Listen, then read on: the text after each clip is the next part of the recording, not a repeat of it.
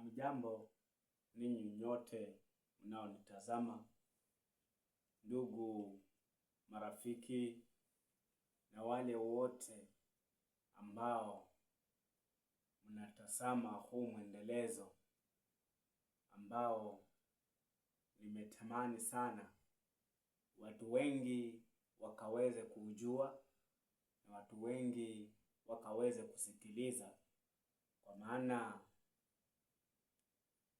watu wamechanganyikiwa, watu wamejisahau, watu hawajielewi, watu wameshindwa ni njia ipi ambayo inastahili tuifuate. Lakini kwa sababu Baba mwenye haki, muumba wa mbingu na nchi, mtawala wa vyote duniani na hata mbinguni, mwenye uwezo na mamlaka na nguvu zote, ameniamuru ili nikaweze kukujulisha habari ambayo ni habari ya uzima. Na kwa kuwa Baba mwenye haki, haki yake ina uwezo ndani yake, ninakuomba ya kwamba ukajulishe na hata huyo mwingine, na mwingine huyo naye ajulishe mwingine ya kwamba wewe nisikilize tu, unisikie tu, utajua ya kwamba ni jambo gani ambalo ninalolinena. Kwa sababu mitandao hii wengi wanaitumia kama biashara, wengi wanaitumia kwa kutapeli wengine, wengi wametumia wakikuja kwa mfumo wa kutoa sadaka, wengine wamekuja toa zaka, wengine wamekuja katika njia mbalimbali. Bali mimi jambo ambalo limenileta ni kwamba ukaifahamu kweli, ili kweli ikakuweke huru utokane na vifungo vya uongo ambavyo vimekufunga katika dhambi.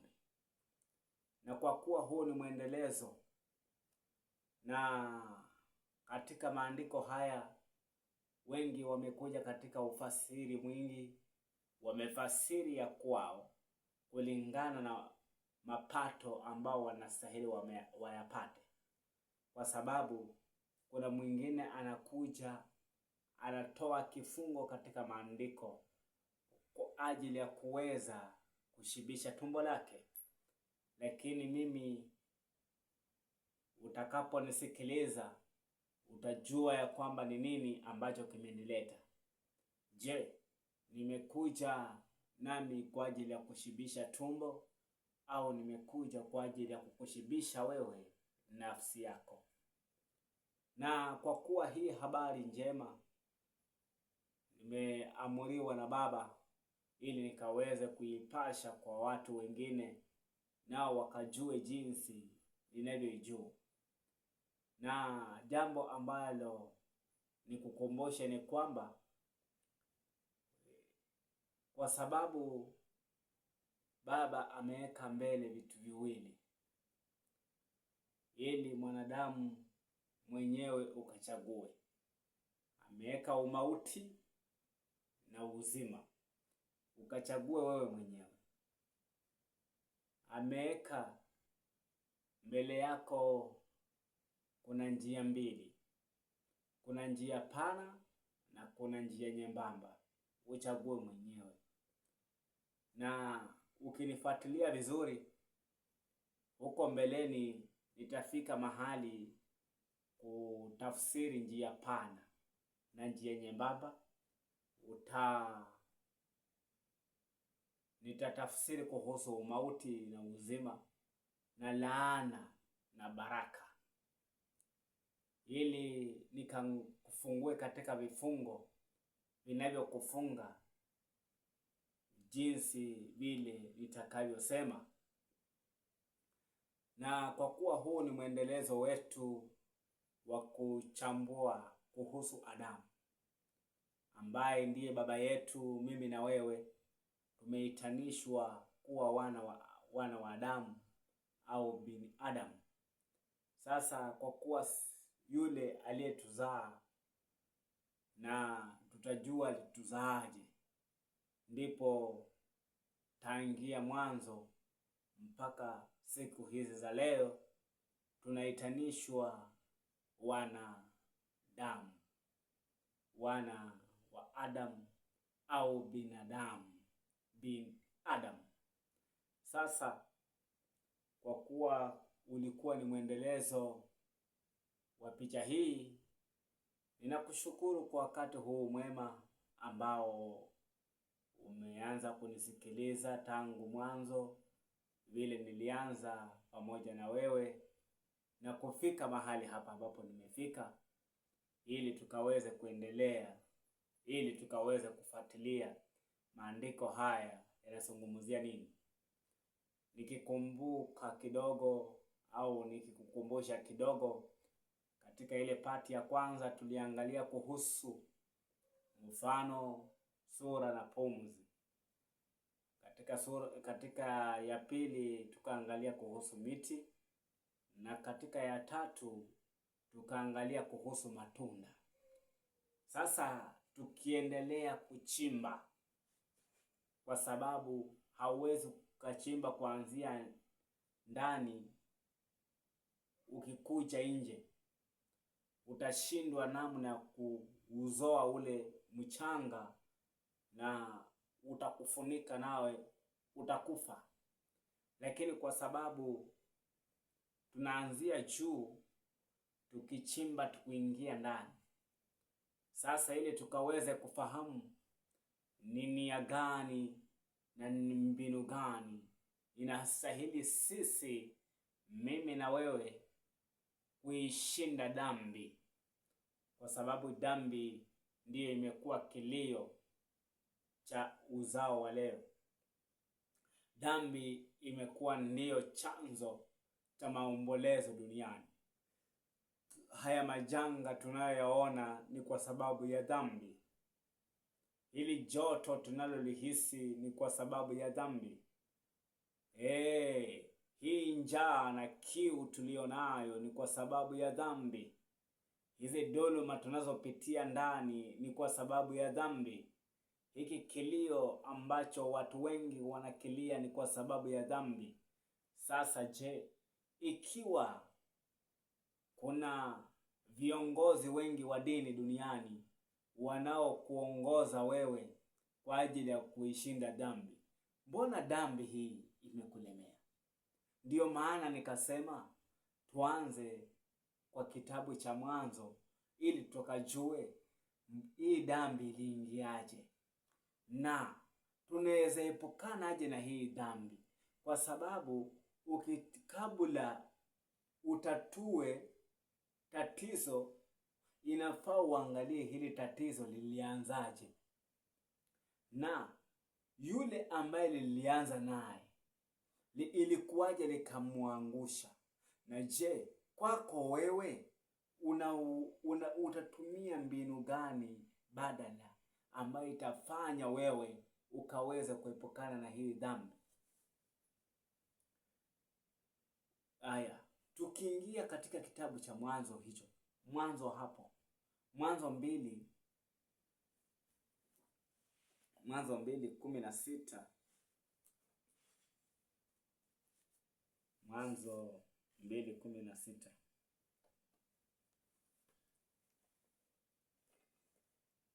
Mwanzo 2:16 anasema hivi: Baba muumba mwenye haki akamwagiza huyu mtu akisema, matunda ya kila mti wa bustani waweza kula. Hayo tuliyazungumzia kuhusu matunda.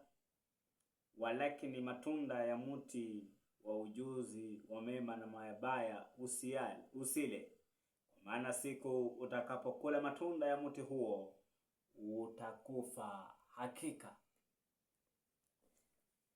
Hiki kifo ambacho huyu Adamu anaambiwa si kile kifo ambacho Adamu alitarajia. Tutaangalia hapo mbeleni.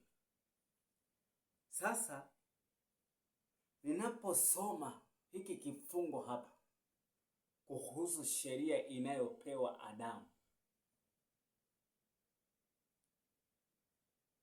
kinanielekeza kwa sheria ile ambayo huyu baba huyu anawapea wana wa Israeli. Huyu alikuwa ni Adamu. Sasa sikiliza vizuri upate ya kwamba ile sheria ambayo baba alipea Adamu inataka kufanana, kwa sababu anayepeana sheria ni mmoja. Sasa kanuni yake inakuwa moja, na hii kanuni inakuja mpaka kwetu sisi. Ndio maana tunachimba tukiingia ndani kidogo. Hii kanuni inaendelea hadi kwetu. Usifanye hiki, unastahili ufanye hiki. Haleluya. Sasa inafaa tufuatilie hawa wana wa Israeli nao walikuwaje? Nao walipewa sheria za namna gani? Na je, hizi sheria walizitimiza au hawakuzitimiza? Je, huyu Adamu hii sheria aliitimiza au hakuitimiza? Nakumbuka ndugu yetu Paulo anasema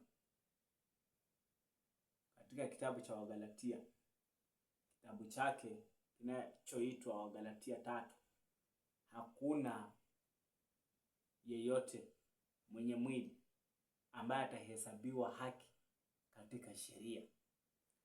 Na kwa nini anasema hivyo? Pia yeye alifuatilia akajua kwamba sheria inapoingia, usipokuwa makini, sheria hiyo ndio inakuwa dhambi kwako. Tuangalie sheria ilipoingia katika wana wa Israeli ilikuwaje.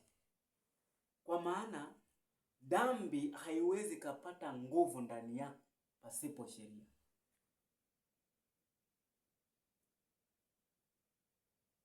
Utakatifu hauwezi ukapata nguvu ndani yako pasipo sheria. Hauwezi ukaingia ufalme wa uzima bila sheria. Hauwezi ukatupwa jehanamu bila sheria. Ukienenda kulingana na sheria, hautaangamizwa. Kwa mfano, ukiwa na mtoto wako nyumbani, huyu mwana ambaye wewe ulimzalisha kutoka kwa mke wako, mliunganika mkazaa mwana,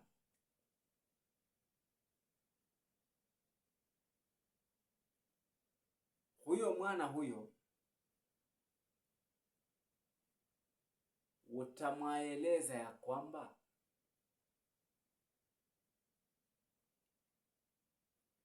leo unastahili urudi hapa saa 1. Yaani ikifika tu saa 1 hivi ukue hapa. Yaani inamaanisha kwamba aingie saa 12. Kwa sababu yamfaa saa 1 akue hapa. Maana yake ya kwamba saa 12 akuwa ameshaingia tena. Na kwa kuwa umemwambia na wewe unatoka, utarudi mapema uangalie, je, huyu mtoto wako ameitunza sheria au ameyadharau maneno yako? Ndiyo sawasawa na huyu muumba. Huyu mtoto atakapokataa kuitii sauti yako, utajaa na ghadhabu. Utachukua maamuzi ya kwamba kwa kuwa wewe haunisikii, nami nataka nikuonyeshe ya kwamba mimi ndiye baba yako. Nataka nikuonyeshe ya kwamba mimi ndiye niliyekuzaa. Na wazazi wengi kutumia ngeli hii ya kwamba nilikutangulia kuliona jua, nilikutangulia kupunga hewa, nilikutangulia kuona ya duniani, ya kwamba wewe safari yako bado, mimi ninaelekea kuimaliza, bali wewe ndo unaanza. Na hizo ngeli anazozitumia haezi akazitumia kwa starehe, anazitumia kwa ajili ya ile ghadhabu ambayo wewe umekosa kuitii sheria ambayo yeye amekuwekea, na wewe ukaivunja sheria. Sasa kuna kuwa ya kwamba hakuna mahusiano ambayo yako thabiti kati yako na yeye, yaani hakuna uelewa. Na kwa sababu ungetii ile sheria, nawe ungefurahisha nafsi yake, kwa sababu haukujua kwa nini aliweka hiyo sheria. Haukujua ya kwamba hii sheria aliweka kwa ajili ya kukupima, au aliweka kwa ajili ya kuzuia jambo baya linaweza kukuta nje. Au kwa nini aliweka hii sheria? Hii sheria aliweka kwa ajili ya kukuzuilia usije ukapatana na mabaya, kwa sababu hata serikali za duniani hutunga sheria wakiwa wanatarajia hiyo sheria izalishe jambo fulani.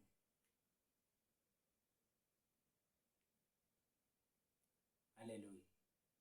Sasa hii sheria hii ambayo ilipewa Adamu, usiale yale matunda, na tuangalie kwanza wana wa Israeli nao. Tuangalie nao.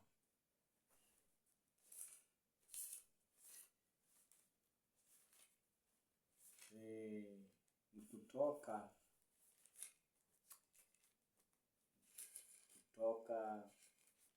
23, Kutoka 23 20 mpaka hadi 28.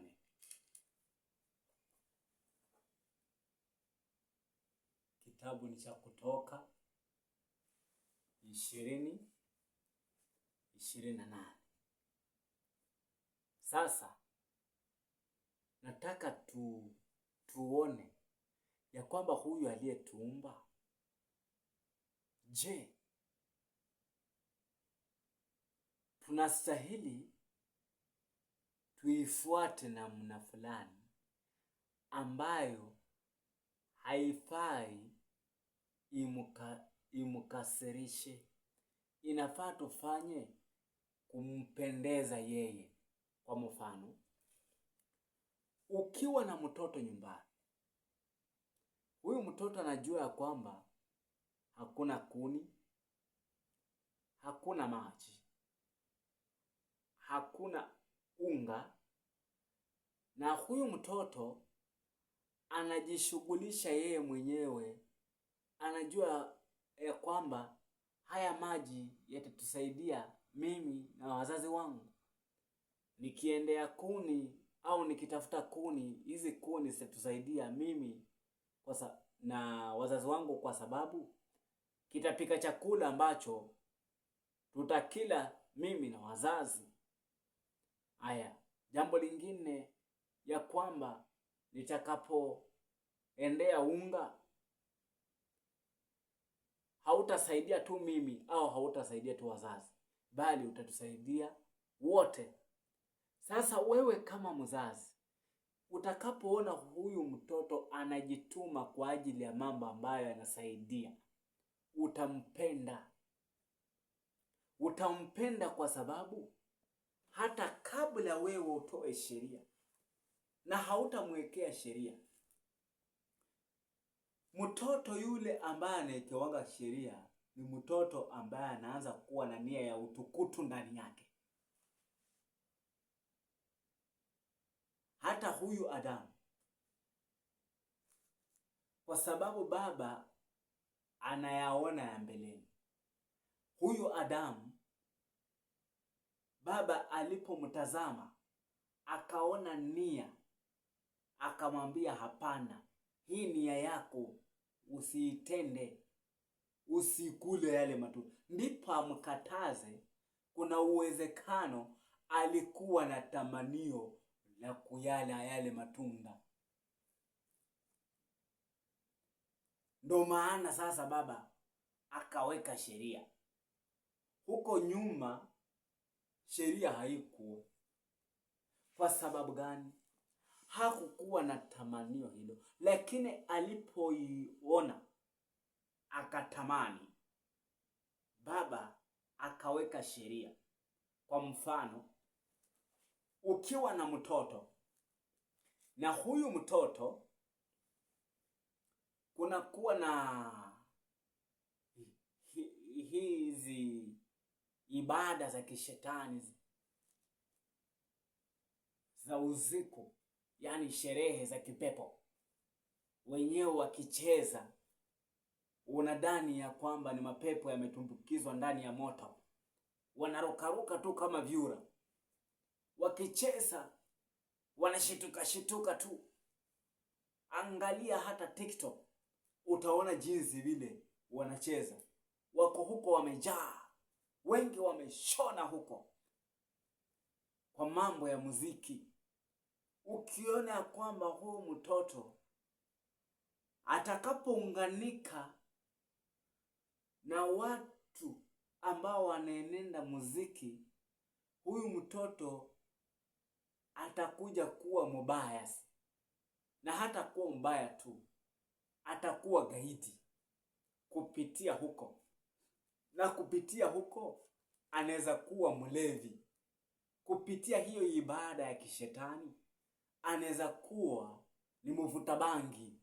Kupitia hii ibada ya kishetani anaweza ingia katika ushirikina, kwa sababu hiyo ibada ya kipepo imejaa mambo mengi, imebeba vingi katika hiyo ibada. Sasa unapoambiwa ya kwamba huyu mtoto kulingana vile tunamuona katika mienendo zake, huyu mtoto hatakuwa mzuri. Sasa wewe kama mzazi, ni jukumu lako wewe uanze kutunga sheria ambazo zitakuwa ni kizuizi cha kuzuilia huyu asivuke huko. Kwa maana unajua kwamba akivuka tu kumeharibika. Ndivyo kulivyokuwa kwa Adamu. Na kuhusu hawa wana wa Israeli, ujue ya kwamba walianzia Misri. Misri ni pahali ambapo kuna ibada za mashetani. Misri walikuwa naabudu ndama, walikuwa naabudu majini kwa mifumo ya viumbe, yani wanashona mdoli au wanafinyanga mdoli, wanauweka hapo. Huo mdoli unakuwa na nguvu za giza ndani, bali wanauabudu katika uhalisia wakisema ya kwamba wewe ndiye Mungu. Tuingie hapo. Na kabla tuingie katika hayo, tuanzie katika sheria. Pia wao baba aliwaona mbeleni, akaweka sheria, akawekea sheria. Anasema hivi, sikia vizuri, unisikilize kwa umakini. Isiwe ya kwamba hii kazi ninayoifanya si wengi wanaifanya. Mimi nimeamua kuifanya kwa amri ya baba yangu, ili nikusaidie wewe nikang'oe ile ibada ambayo iko ndani yako, ili ukaweze kufahamu jambo. Sikia sasa. Tazama, mimi namtuma malaika aende mbele yako, ili akulinde njiani na kukupeleka mpaka mahali pale nilipokutengenezea. Hii ni amri ya baba, anaamuru wana wa Israeli. Anasema hivi, jitunzeni mbele zake, musikize sauti yake, wala musimtie kisirani. Ingawa mwandishi aliandika kasirani, maana hata wasamehe makosa yenu, kwa kuwa jina langu limo ndani yake. Hakuna malaika yeyote ambaye ana uwezo wa kusamehe. Malaika ni mjoli tu, ni mtumwa tu, ni mfanyakazi. Hakuna siku mfanyakazi katika boma la mkuu wake atakuwa na amri juu ya nyumba yake, pia yaanze kujiamulia. Hapana, mambo mengi yeye huuliza mwenye nyumba. Sasa hapa malaika hawezi akasamehe, akiambiwa kwamba angamiza, hivyo anafuata amri vile mkuu wake amesema. Lakini ukisikiza sauti yake kweli na kuyatenda yote ninenayo mimi, ndipo mimi nitakuwa ni adui wa adui zako na mtesi wa hao wakutesao.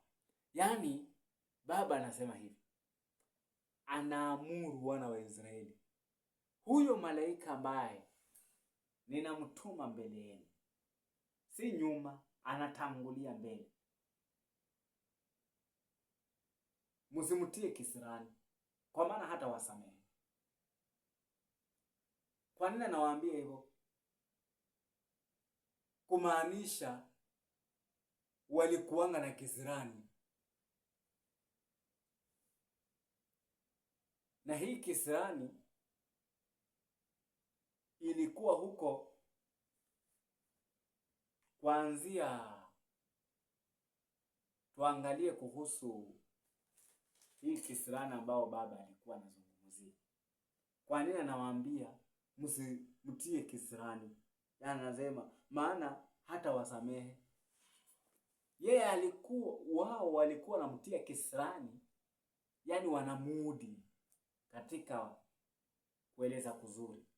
Walikuwa na mudi, walikuwa wanamkasirisha.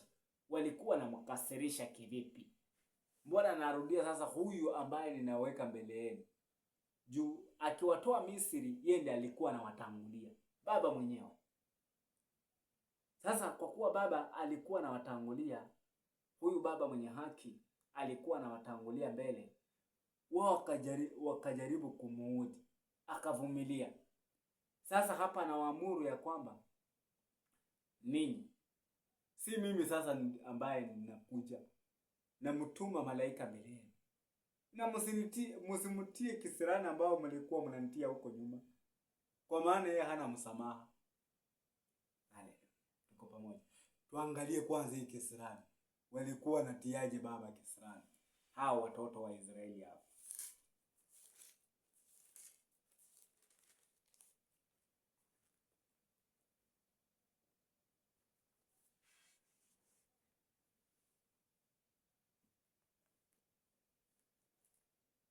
Sikia hapa, Kutoka 16. Kutoka 16. Tuanzie penyewe. Sikia kwa nini baba anasema na msimtie kisirani. Kisirani ambao walikuwa wanafanya ni hii. Kisha wakafika kutoka Elimu, hao ni wana wa Israeli wanaongozwa na Musa na Haruni, na mkutano wote wa wana wa Israeli wakafikilia bara ya Sini iliyoko kati ya Elimu na Sinai, siku ya 15 mwezi wa pili baada ya kutoka kwao nchi ya Misri. Na mkutano mzima, yani hapakuwa na mwingine kando na Musa, bali mkutano wote wa wana wa Israeli ukawanungunikia Musa na Haruni huko barani. Wakanung'unika aje? Wakasema, wana wa Israeli wakamwambia, laiti tungelikufa kwa mikono wa mkuu katika nchi ya Misri, au bwana katika nchi ya Misri, hapo tulipoketi karibu na zile sufuria za nyama, tulipokula vyakula hata kushiba. Kwani mmetutoa huko na kututia katika bara hili ili kutuua kwa njaa kusanyiko hili lote?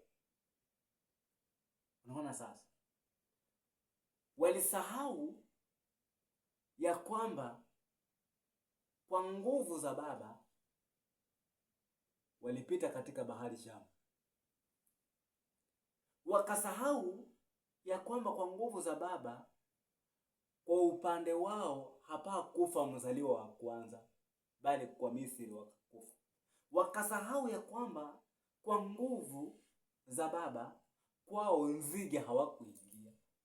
Wakasahau ya kwamba kwa nguvu za Baba wa Misri vile walivyokuwa na upele, kwao upele haukuingia.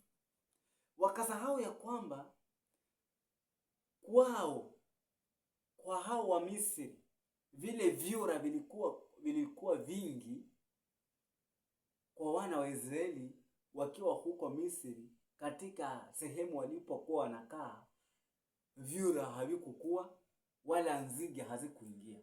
Wakati ambapo walipiga mito ikawa damu,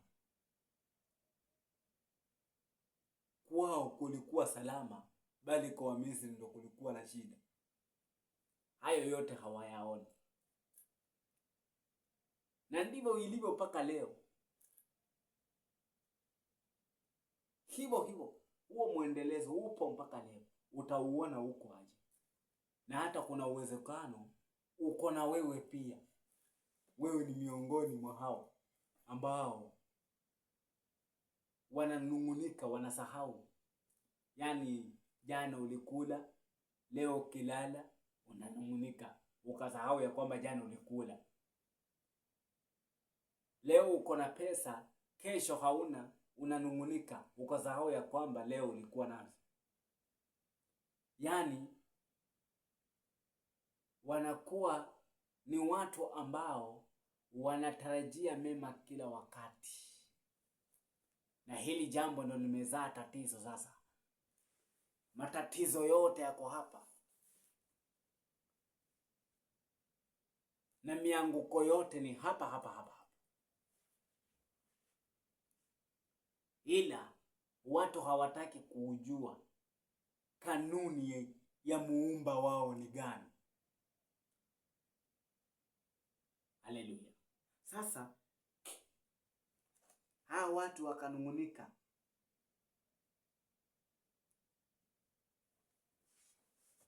Kisra nyingine ambao Baba anajaribu kusema ni Kutoka hiyo 17.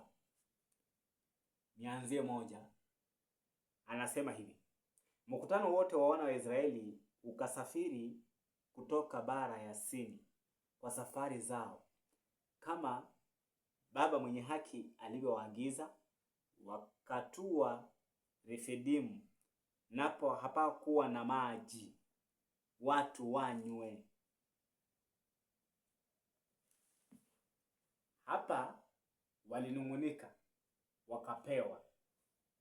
Waliponungunika ya kwamba hawana chakula, walipewa chakula kutoka mbinguni.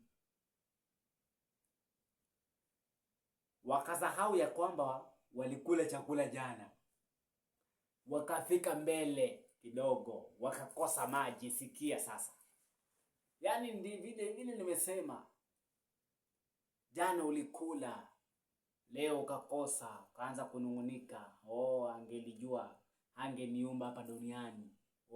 Angelijua ya kwamba duniani kuna mateso, mbona aliruhusu nafsi yangu ikakuja? Umesahau jana ulikuwa unacheka ukisema ya kwamba Baba ni mwema. Ukasahau huo wema wa jana, sasa lawama za leo. Ukakosa chakula leo, kesho unakosa pesa, unasema hata heri duniani ningeondoka, sione hata faida yangu. Yeye anakuangalia vile alikuwa anaangalia wana wa Israeli, amewavumilia vile amekuvumilia wewe. Yaani jinsi vile wewe amekuvumilia. Na heri hapa. Lakini ole kwa wewe. Kwa sababu hapa ulikuwa utaona. Nisikatishe. Utaona hapo mbeleni. Aya. Mkutano wote wa wana wa Israeli ukasafiri kutoka bara ya Sini kwa safari zao kama baba mwenye haki alivyoagiza.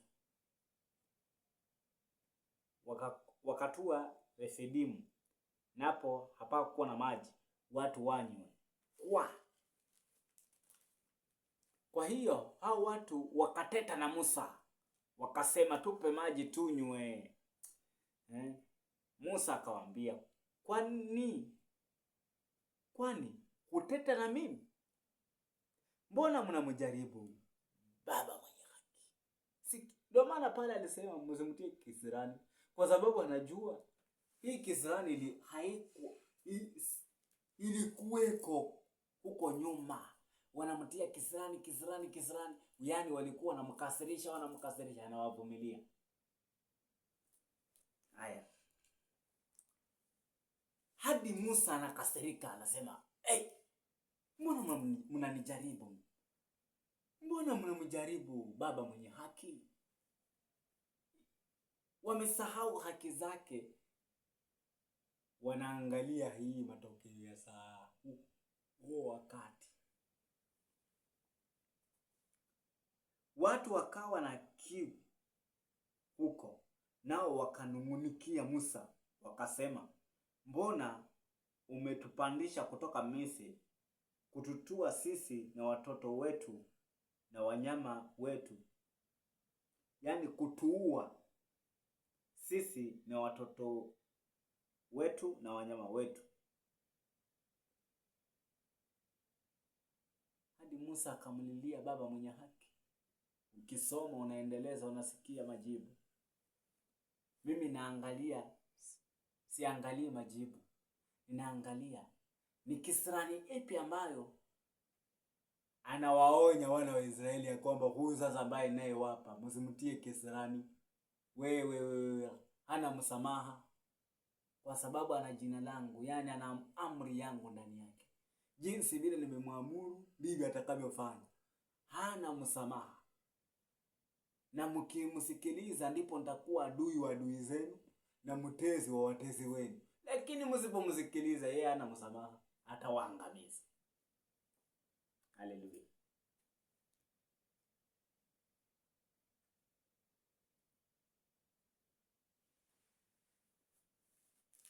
Haleluya.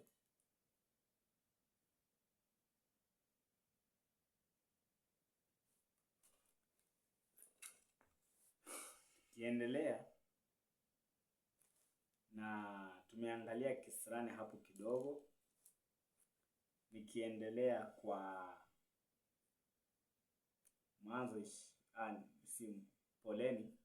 samahani.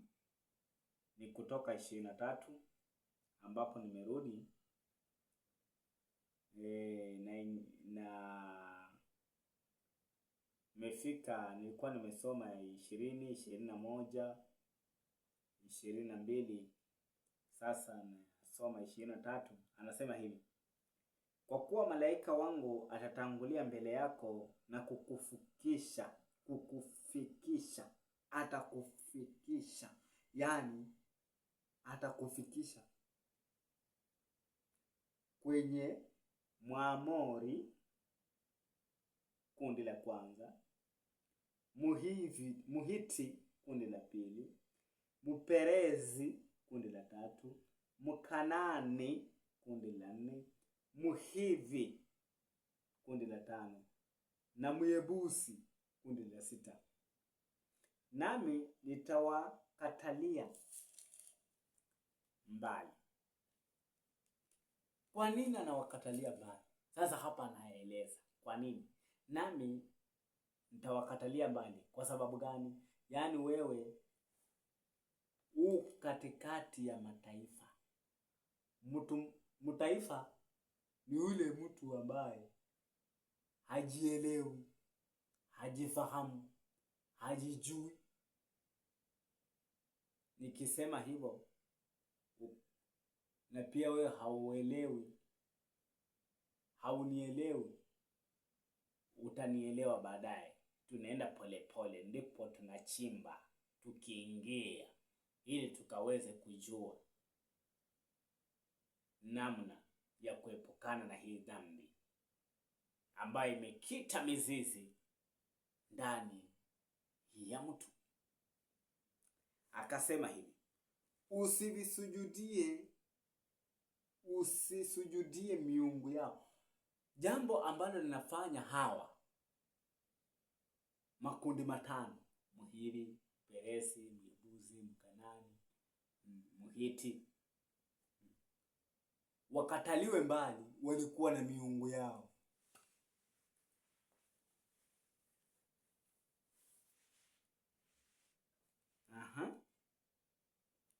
Wala usiitumikie, wala usitende mfano wa matendo yao.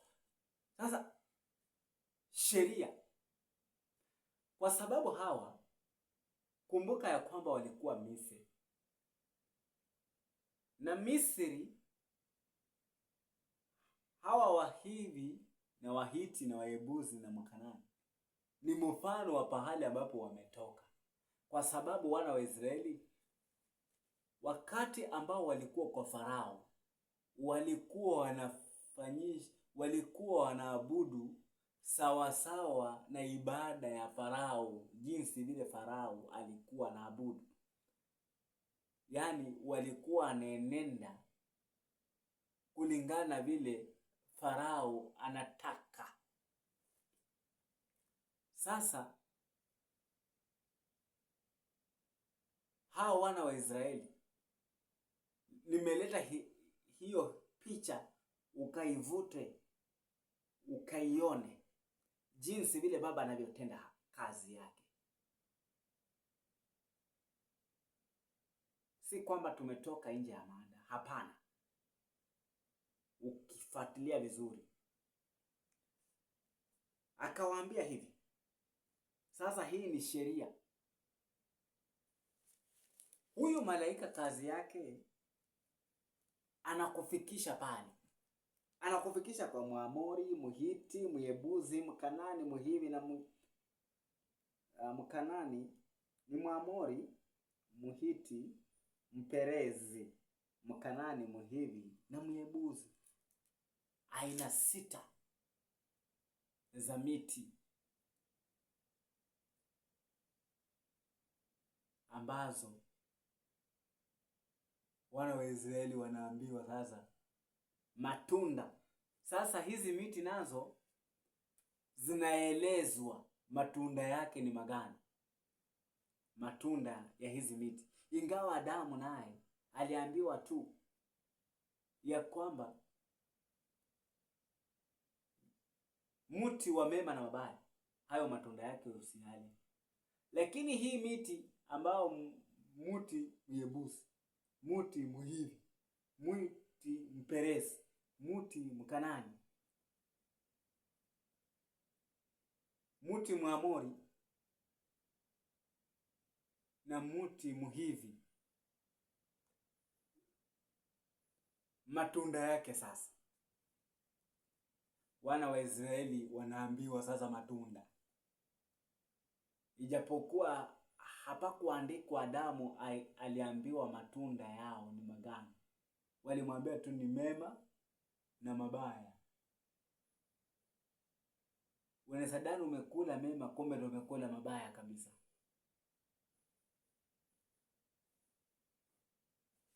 Na anakuwaje katika mema na mabaya?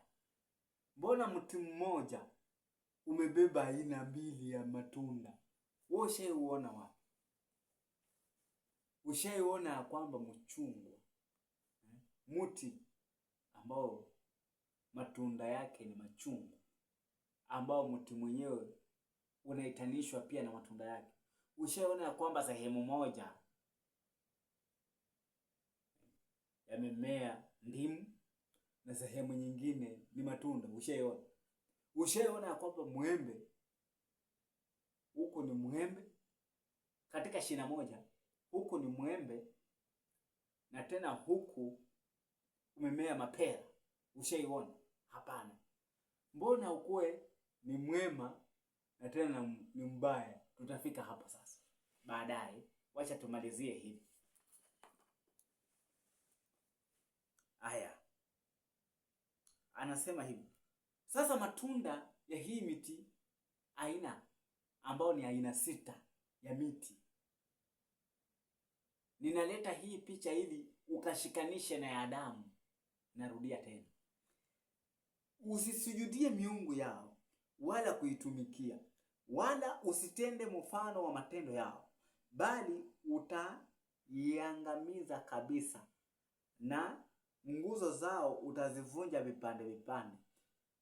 Umepewa hii sheria na ujue umeenda kwa wenyewe, lakini anakuambia kwamba ukifika hapo kwa wenyewe, hii kazi usitende jinsi vile wanavyotenda.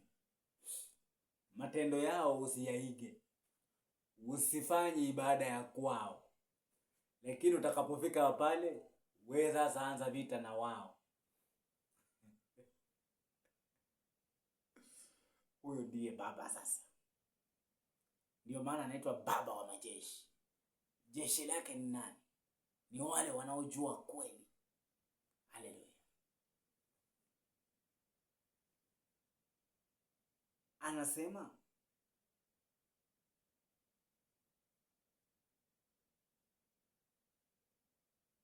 utakapofanya hivyo. 25 anasema hivi, nanyi mtamtumikia Baba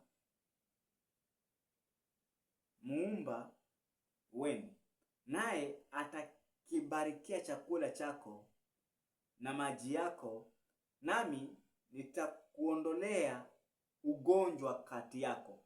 Hapata kuwa na mwenye kuharibu mimba wala aliyetasa katika nchi yako, na hesabu ya siku zako nitaitimiza.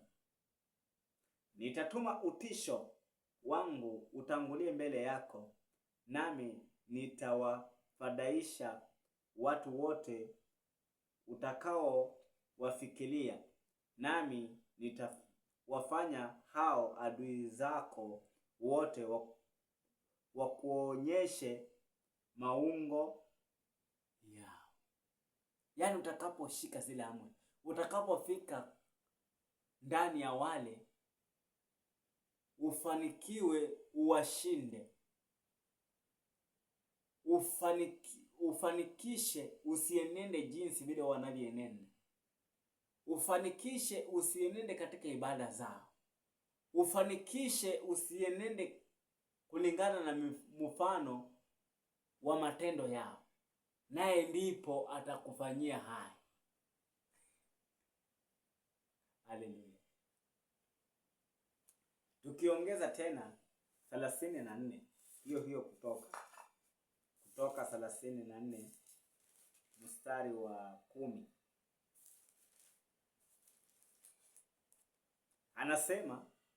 Anasema hivi. Baba anasema, akasema, tazama, nafanya agano mbele ya watu wangu wote, nitatenda miujiza ya namna isiyotendeka katika dunia yote, wala katika taifa lolote, na watu wote ambao unakaa kati yao wataona kazi ya Baba mwenye haki, kwa maana ni neno la kutisha ni kutendalo. Liangalie neno hili ninalokuamuru leo. Tazama, mbele yako namtoa Mwamori na Mkanani, Mhiti, Mperezi, Mhivi na Myebusi. Anapowatoa, si kwamba amewaondoa waende mbali. Hapana, yaani uko pamoja na wao. Kutoa ni hawana mamlaka juu yako, ni wewe una nguvu za kushindana na wao, na haushindani na yule ambaye pia yeye hashindani na wewe. Hapana. Juu ukienda pahali penye kumetulia, pia wewe hutulia. Na ukienda pahali ambapo kuna vita, lazima pia utakuwa katika vita hivyo. Sasa akasema, amesema na muondoa. Amesema na muondoa. Bila amesema na muondoa, akasema hivi, ujihadari nafsi yako usije ukafanya agano na wenyeji wa nchi ile. Kumaanisha hawajaondoka. Eti bila amesema nitawaondoa, eti sasa wameenda sehemu nyingine, area nyingine, alafu wewe unakuwa katika hiyo area tu peke yako. Hautakuwa katika vita. Kuondoa maana yake hawatakuwa na mamlaka na nguvu ya kukuamuru kufanya chochote, bali mtakuwa na vita. Ndo mmoja akue juu, mmoja akue chini. Na vita ambayo mtakuwa nayo si vita ya ngumi, ni vita vya imani. Imani gani ambayo itatawala katika hiyo eneo?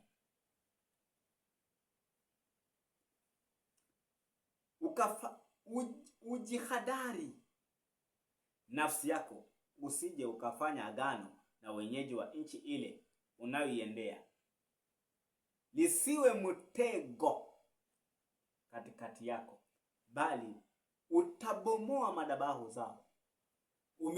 Yani hii ni vita. Kuna wale wanasema Yesu bomoa. Yesu hana wakati wa kubomoa. Wewe ndiye unayebomoa. Sikia hapa anasema, bali utabomoa madhabahu zao na kuvunja nguzo zao na kuyakatakata maashera yao.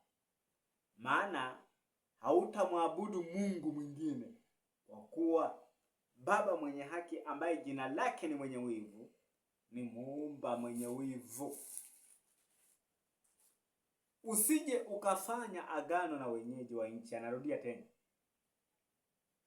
Watu wakaenda kufanya uzinzi na miungu yao na kuitolea sadaka miungu yao. Mtu mmoja akakuita ukaila sadaka yake, ukawaoza wana wako na binti zao, nao binti zao wakaenda kufanya uzinzi na miungu yao, wakawavuta wana wenu wafanye uzinzi na miungu yao. Usijifanyie miungu ya kuyeyusha. Hiyo ni sheria. Hawa wana wa Israeli wanaambiwa watoto wako wasiolewe na wale. Uko miongoni mwao. Na tena wale wasioleke huko. Sikia mtihani sasa. Na tena usiige mfano wao. Ibada yao usipatikane huko.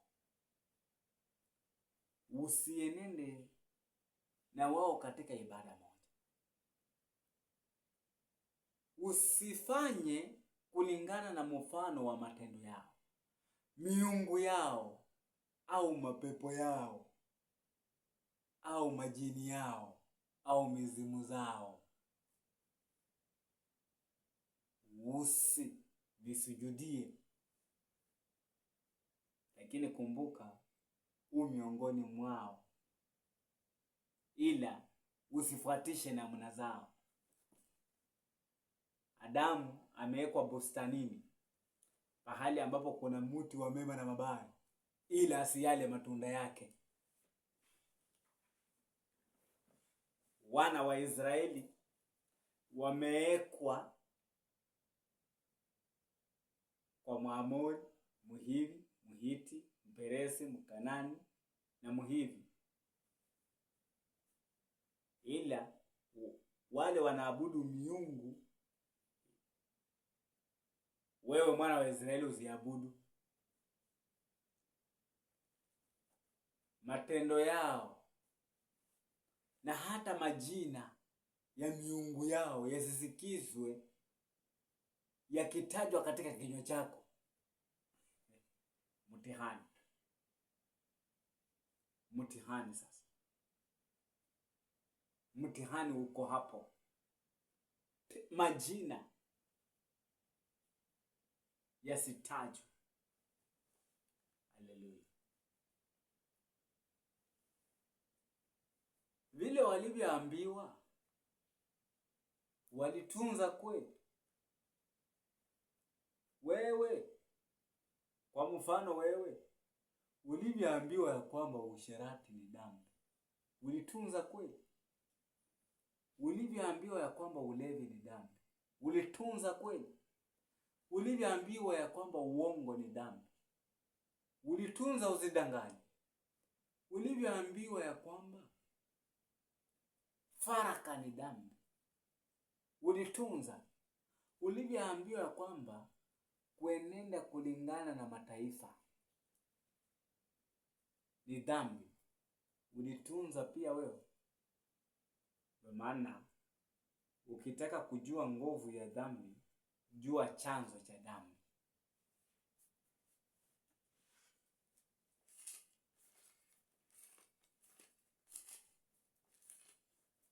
Sasa ili tujue hawa wana wa Israeli hawa walitunza.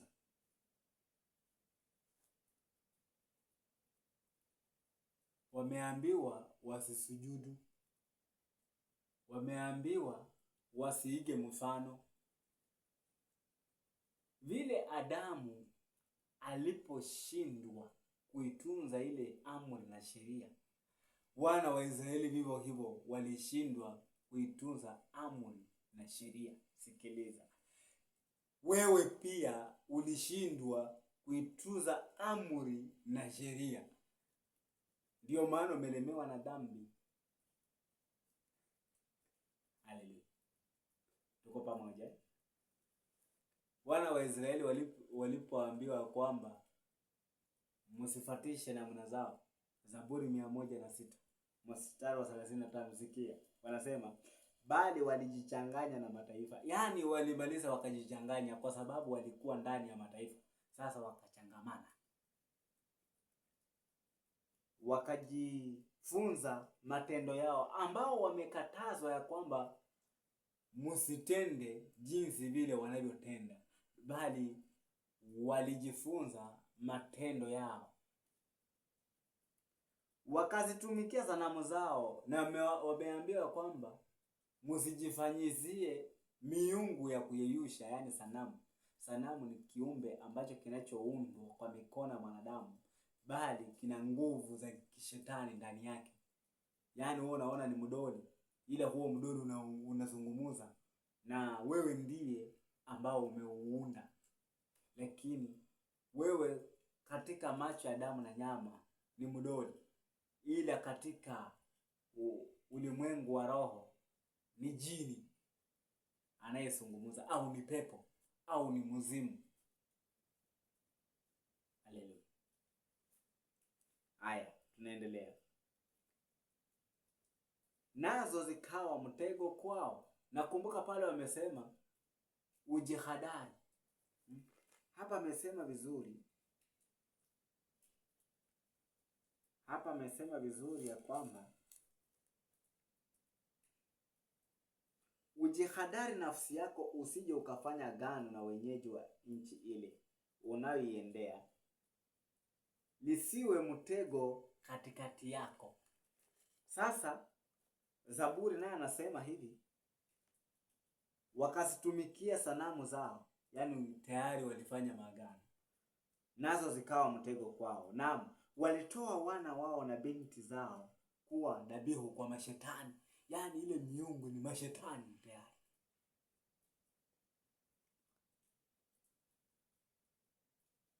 Wakamwaga damu isiyo na hatia, damu ya wana wao na binti zao waliowatoa dhabihu kwa sanamu za Kanaani. Na pale Mkanaani alikuwa katika ile kundi, katika Mkanaani, Mperezi, Mhivi, Mhiti, Myebusi, Mhivi, Haya, akasema waliwatoa dhabihu kwa sanamu za Mkanani, nchi ikatiwa unajisi kwa damu.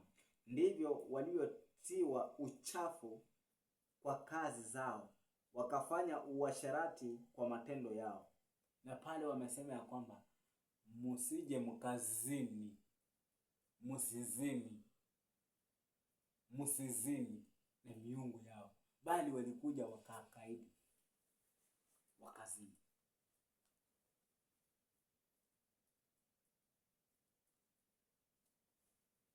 Ndugu, marafiki na wasikilizaji, kwa kuwa huu ni mwendelezo, ninaomba tukutane tena kwa ile itakayofuata, na ili tumeona kuhusu wana wa Israeli, ule mfumo ambao Adamu aliletwa nao, ndio huo mfumo ulikuja hadi wana wa Israeli, ndio huo mfumo ambao uko mpaka katika kizazi hiki cha leo. Huo ni mfumo mmoja huo. Sasa ya kufaa wewe na mimi tujifunze, tujue ni namna gani ambao tunaweza enenda jinsi vile Baba anayotaka, ili tusikuje tukaangamia katika adabu ya umilele. Na hapa tumeangalia kuhusu wana wa Israeli. Katika mwendelezo mwingine tutaangalia kuhusu mwanguko wa Adamu.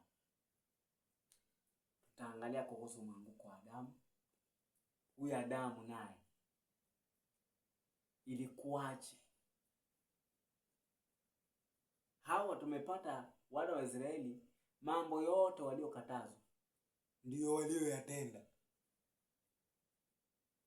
Sasa tunafaa tujue Adamu alikula mti wa mema na mabaya. Sasa hapo tutaangalia wema wake ni mgani na ubaya wake ni mgani.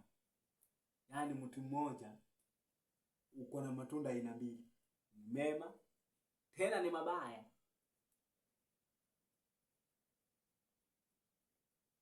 Kwa hayo machache au mengi, kwa sababu ninayo mengi ya kuzungumza na wewe, ndio maana nimekuja katika mtandao, kwa sababu haungekuwa na wakati wa kunisikiliza, ila katika mtandao utanisikiliza kwa wakati wako.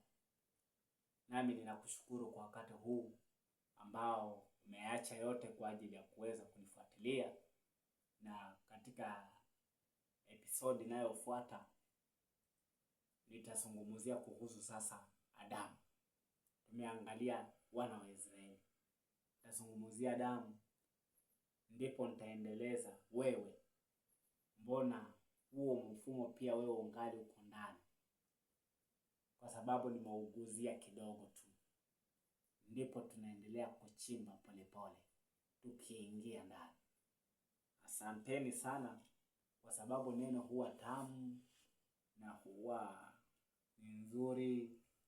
Ninaweza fanya tena niongeze, ila kwa sababu ya muda ninakuomba nikaweza kutamatisha kwa uwezo na nguvu na mamlaka Baba Yesu ambaye ameniruhusu nikafanya hii kazi.